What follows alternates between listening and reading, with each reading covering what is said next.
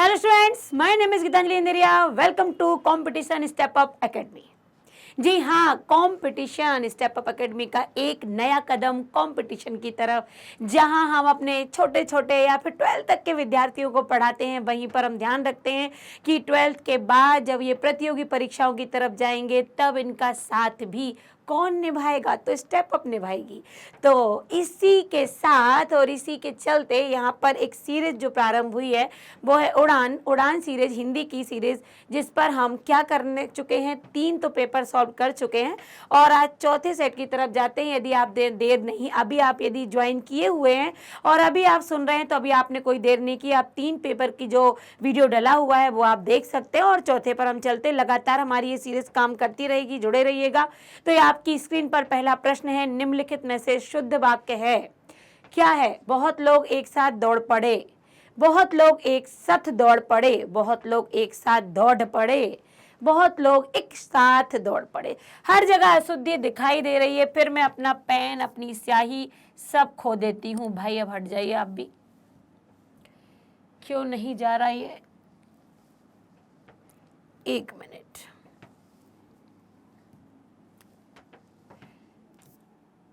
चलिएगा, ओके। तो हर जगह आपको अशुद्धि कहीं ना कहीं दिखाई दे रही है, दौड़ या एक। तो क्या है शुद्ध वाक्य? ऊपर ही दिख रहा है, एक साथ दौड़ पड़े। अगला प्रश्न है आपकी स्क्रीन पर, देखिए। अनुसंधान, खाली स्थान दिया हुआ है। उपयुक्त वाक्य में रिक्त स्थान के लिए उपयुक्त वाक्यांश का चयन विकल्पों में से कीजिए कि अनुसंधान के साथ क्या सेट हो सकता है। खोज का अर्थ अनर्थ होता है, मानो अनुसंधान खोज का अर्थ अनर्थ होता है। अनुसंधान का अर्थ खोज होता है। अनुसंधान की अर्थ में खोज होता है, अनुसंधान द्वारा खोज का अर्थ होता है, तो अनुसंधान का अर्थ ही खोज होता है। ठीक है, अनुसंधान मतलब होता है खोज करना। निम्नलिखित वाक्य में रेखांकित खंड के स्थान पर प्रयुक्त होने वाले सबसे उपयुक्त विकल्प का चयन कीजिए। वह अतिथि सेवा के लिए तत्पर है। तो यहाँ पर क्या होगा? सेवा के तत्पर लिए है या सेवा के लिए तत्पर है, या तो क्या आना चाहिए? अतिथि के तत्पर लिए है या अतिथि के लिए तत्पर है? अतिथि के लिए तत्पर है, मतलब ऐसे भी शब्द आएंगे जहां शब्दों का क्रम भिन्न होगा, उनको एक क्रम से जमाने के लिए भी आपको दिया जाएगा। तो बहुत ध्यान से पढ़िएगा। निम्नलिखित मुहावरे के लिए उपयुक्त सार्थक शब्द है जी अच्छा होना। जी अच्छा मतलब तबीयत ठीक होना, रंग बिरंगी। कहते ना कई बार जी अच्छा नहीं है, मतलब तबीयत कुछ ठीक नहीं है, तो तबीयत का ठीक होना होता है जी अच्छा होना। निम्नलिखित में से कौन सा जल शब्द का पर्यायवाची है? नीर, अम्बुधि, वारिज या नीरज। तो नीरज तुम्हारा ये तो नीर जो है ये जल का पर्यायवाची। अगला है, निम्न वाक्य में अनुपयुक्त शब्द प्रयोग संबंधी अशुद्धि दूर करने के लिए रेखांकित भाग को उचित विकल्प चुनकर प्रतिस्थापित करें। हिंदी साहित्य में आचार्य रामचंद्र शुक्ल एक बड़े व्याख्याता माने जाते हैं। तो व्याख्याता ये जो है एक अच्छे वर्चक, एक अच्छे वक्ता, एक अच्छे उत्कृष्ट विश्लेषक या बड़े साहित्यिक।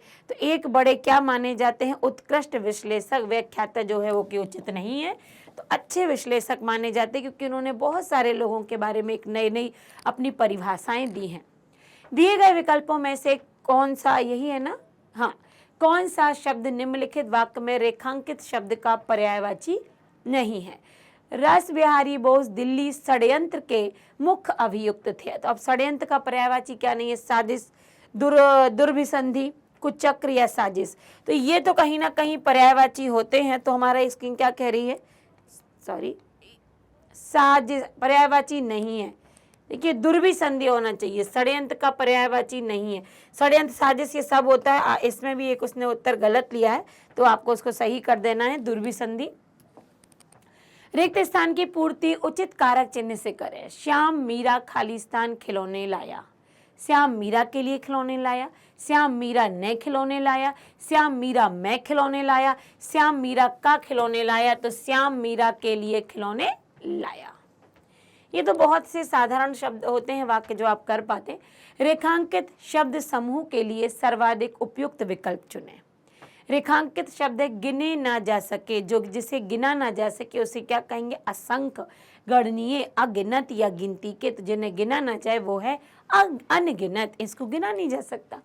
निम्नलिखित वाक्य में त्रुटि पहचाने। मैं हाथ जोड़ दिया, मैं हाथ जोड़ दिया या मैंने हाथ जोड़ दिया, क्या होगा? मैंने, यहाँ पर ये होगा, इसने गलत फिर लिया हुआ है। देखिए इसके गलत पर मत जाइए कि यहाँ पर गलत हमें क्यों उत्तर दिया जा रहा। देखिए मनुष्य से बड़ी कोई तकनीक नहीं हो सकती है। यदि हम इस पर काम करते हैं तो कई बार ये हमारे एंटर करने पर कुछ गलत चीज़ें ले लेता है। इसलिए यहाँ जो सामने से पढ़ाया जा रहा, जो बताया जा रहा वो सही है, आप उस पर देखिए, आप खुद ही देखिए। मैं हाथ जोड़ दिया, मैं त्रुटि पहचाने, तो देखिए त्रुटि तो ये है ही, दिया तो त्रुटि है ही, एक प्रकार से ये सही है, पर यहाँ पर या तो मैंने होना चाहिए, तो यहाँ भी एक त्रुटि समझ में आती है। तो आपको या तो यहाँ पर पूरा मैंने दिया होता तो यहाँ पर दिया सही था, या फिर यहाँ दिया होता तो मैंने सही था। तो कहीं ना कहीं अशुद्धि दोनों जगह है, इसलिए मैंने दोनों तरीके से आपको बता दिया कि पूरा वाक्य आपको पढ़ना है। कहाँ पर दिख रही है अशुद्धियाँ? ये तो स्क्रीन गड़बड़ कर लेती, पर आपका आया हुआ हाथ का पेपर गड़बड़ नहीं होता है। मैंने विद्यालय के प्रधानाचार्य से प्रार्थना की कि मुझे छात्रवृत्ति प्रदान करें। उपयुक्त वाक्य में प्रयुक्त प्रार्थना शब्द का सही अर्थ क्या है? तर्क से अपनी बात रखना, आग्रह पूर्वक विनती करना, विनय पूर्वक विनती करना, या अपनी बात मनवाने के लिए कहना। ये तो नहीं हो सकता अपनी बात मनवाने के लिए कहना। तर्क से अपनी बात रखना मतलब अपनी प्रार्थना की तो आग्रह पूर्वक अपनी विनती या विनय पूर्वक। जब हम अपने से बड़ों का ये एक पोस्ट पर जाकर बात करते तो हम बड़ी विनम्रता से उनसे प्रार्थना करते, तो विनय पूर्वक प्रार्थना की। आग्रह किया पर आग्रह रूपक विनती नहीं होती है, विनय रूपक होती है। भगवान दिवाकर जीवनदायी हैं। रेखांकित शब्द के उचित पर्यायवाची शब्द का चयन कीजिए। तो यहाँ पर दिवाकर का पर्यायवाची जो बताना है तो होता है सूर्य। अगला है, रितेश को जब कक्षा में प्रथम आने का समाचार मिला तो उसकी खालिस्तान खिल गई। क्या होगा? मुस्कान, आंखें, बाँछें या चेहरा? तो उसकी बाँछें खिल गई। ओके, आगे। अरे सांप कहाँ गया? इस वाक्य में प्रयुक्त क्रिया विशेषण कहाँ? इस प्रकार इसमें देखिए, आंखें खिल गई तो नहीं होता, मुस्कान खिल गई होता है, उसके चेहरा खिल गया होता। वांछे शब्द का प्रयोग क्यों किया? कई बार ना मुस्कान भी होता है। अरे सांप कहाँ गया?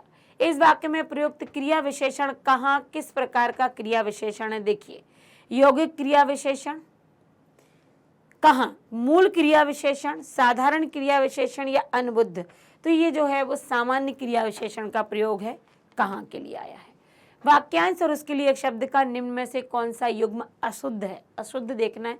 नाप तोल खर्च करने वाला मितभाषी, लाभ पाने की इच्छा लिप्सा, जो किसी से जीता ना जा सके अजय, 7 दिन का समूह होता है सप्ताह। तो ये जो है वो की कैसा है? अशुद्ध है, क्योंकि नाप तोल पर खर्च करने वाला जो होता है वो होता है अल्पव्ययी, है ना, कम व्यय करता है, और जो कम बोलता है वो होता है मितभाषी। अल्प मतलब कम बोलने वाला या अच्छा भी बोलने वाला। अब देखिए यहाँ पर फिर वही है, गद्यांश है, ये हर जगह पैटर्न आपको आ रहा है, ध्यान रखिएगा, ये पैटर्न आपका बनेगा।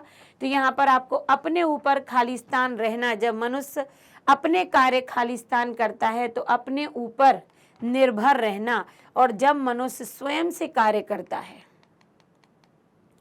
तो आत्मनिर्भर कहलाता है। बहुत से कार्य दूसरों के खालिस्तान करता है, आत्मनिर्भरता का अर्थ यही है।